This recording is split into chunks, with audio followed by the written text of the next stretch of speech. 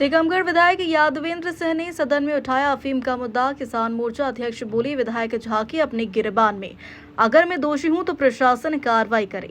जतारा राज्यपाल के अभिवादन के बाद सदन में चर्चा हो रही थी। इसी दौरान टीकमगढ़ विधायक यादवेंद्र सिंह बुंदेला ने टीकमगढ़ जिले के जतारा विधानसभा के मुहारा गांव में अवैध अफीम की खेती का मुद्दा उठा दिया। उन्होंने जतारा विधायक हरिशंकर खटीक का नाम लेते हुए कहा कि भाजपा किसान मोर्चा के अध्यक्ष का ड्राइवर अवैध अफीम की खेती का आरोपी है।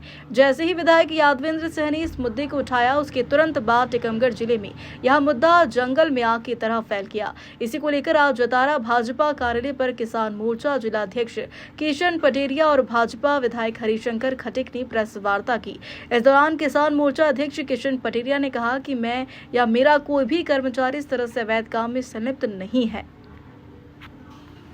वो जिलाध्यक्ष हैं किसान मोर्चा के, उनके ऊपर अफीम की खेती के आरोप लगे हैं, उनके कर्मचारियों के ऊपर आरोप लगे हैं, क्या कहेंगे आप?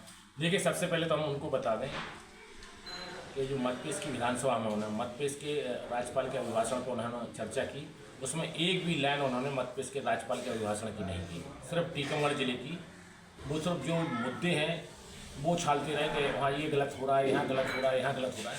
सबसे पहले तो आदमी को अपना ये देखना चाहिए कि हम कहीं गलत तो नहीं कर रहे हैं, हमारा कोई घर परिवार गलत तो नहीं कर रहा है। एक तो ये चीज़।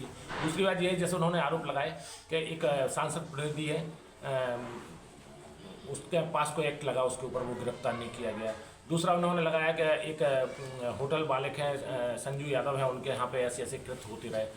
तो सच्चाई ये है कि संजू यादव कौन है? 2024 में माननीय सांसद हमारे जो भारत सरकार के मंत्री हैं, उनके चुनाव प्रचार में वो आए और कांग्रेस के लोगों ने ही ये छोड़े हुए व्यक्ति हैं कि कांग्रेस वाले चाहते हैं कि आप भारत सरकार में जो देश के प्रधानमंत्री नरेंद्र मोदी जी हैं उनको फिर बनना है और हमेशा उनको बनना है और सांसद जी को जीतना है।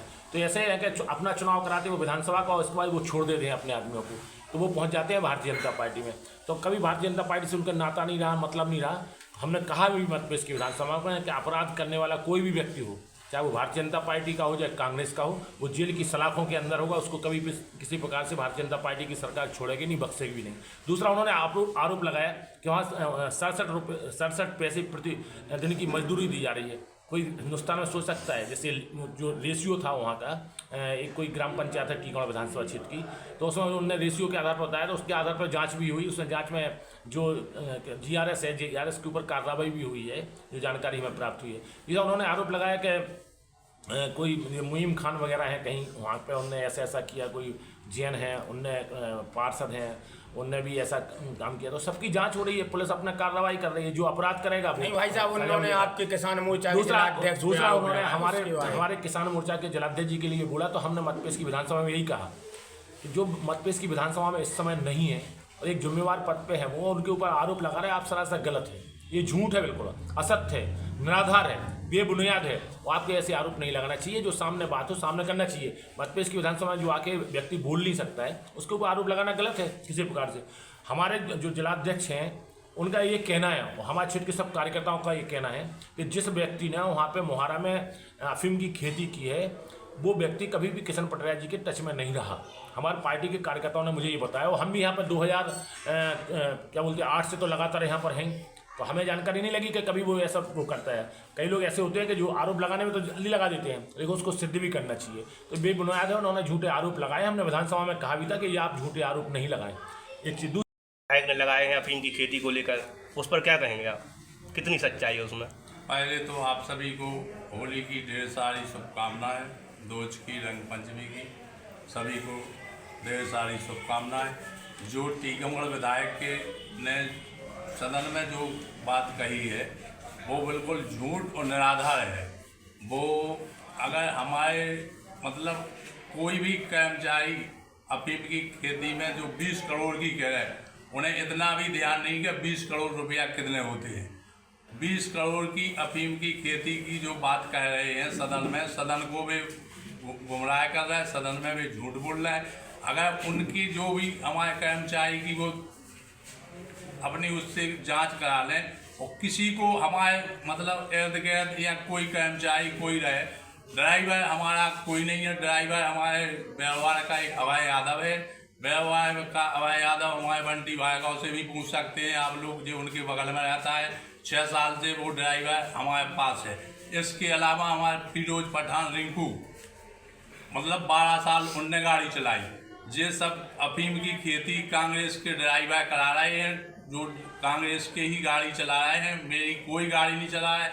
यादवेंद्र सिंह जी से मेरा कहना है कि अगर वो एक हमारे गलती उसमें पा जाए या कहीं से जांच करा के कोई भी एक हमारे दोषी पाया या मैं पाया गया तो वो करें, और अगर मैं दोषी नहीं हूँ तो यादवेंद्र सिंह से पत्रकार भाइयों के माध्यम से मेरा कहना है कि मैं उनको कानूनी कार्रवाई से अगले अगर 7 दिन में वो अपनी माफ़ी नहीं मांगते हैं, माफ़ी मांगे सार्वजनिक रूप से, तो मैं उनको नहीं तो अदालत में हम उनके ऊपर केस करने को बाध्य रहेंगे।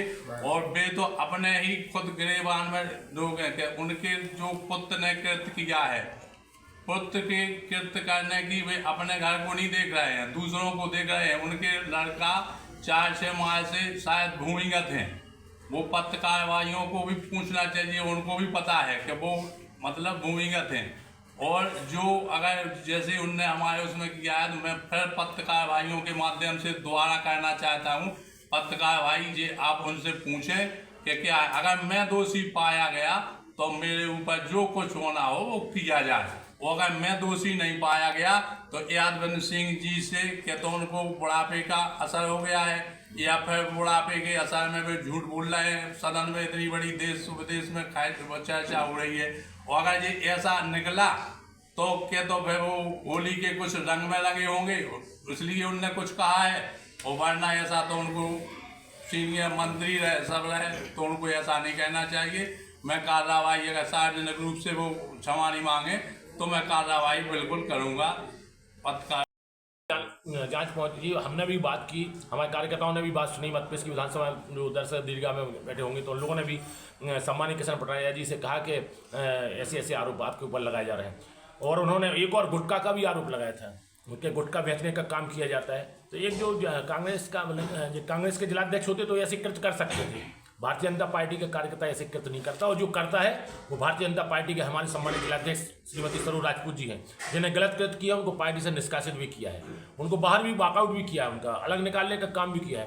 भारतीय जनता पार्टी है ये हर समाज वर्ग का सम्मान करती है, हर समाज वर्ग की इज्जत करती है, क्षेत्र के विकास के लिए तत्पर रहती है, विकास प्राथमिकता रखती है, और जो पात्र व्यक्ति है उसको शासन की योजना का लाभ मिले, चाहे वो केंद्र सरकार की योजना हो चाहे प्रदेश सरकार की योजना हो, इन योजनाओं का लाभ मिले, ऐसी सरकार हमारे कार्यकर्ता चिंता करते हैं। दूसरा एक चीज़ और हमने उनसे बोली कि जब कांग्रेस पार्टी के लोग दादा आपको मैंने जो हमारे टीकमगढ़ के विधायक है, सम्मानीय हमारे विरोधी मित्र के रूप में विरोधी पार्टी के हैं हमारे सम्मानीय दादा श्री यादवेंद्र सिंह जी, हमने उनसे पूछा कि आप जैसे अब कांग्रेस के नेता उनको नहीं बुलाते, और जब कांग्रेस के नेता उनको नहीं बुलाते तो उनको वहाँ जो भोपाल में एक मंच था उसमें नहीं जाना चाहिए था।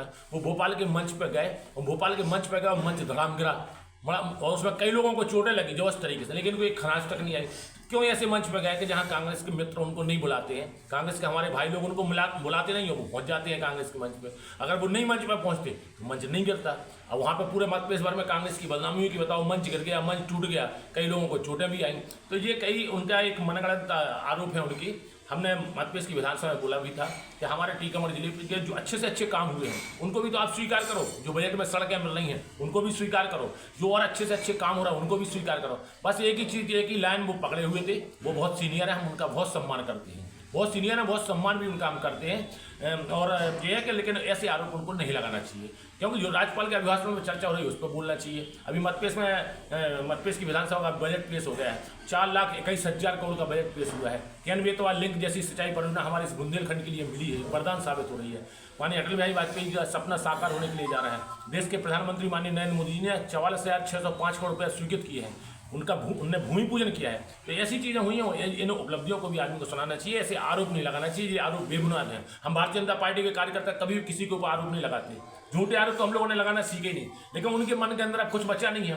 उनकी आत्मा, कांग्रेस के हमारे मित्रों की आत्मा किलप रही है, उनको कभी सरकार में अब आना नहीं है, सरकार उनकी बनना नहीं है, इसलिए वो बहुत परेशान है, बहुत बेचैन है, इसलिए उटपटांग तरीके से वो बयान देते हैं। हम उनने जो बयान दिए हैं उन सब बयानों का हम खंडन करते हैं, और उनको खुद सोचना चाहिए, इस प्रकार से आरोप नहीं लगाना चाहिए।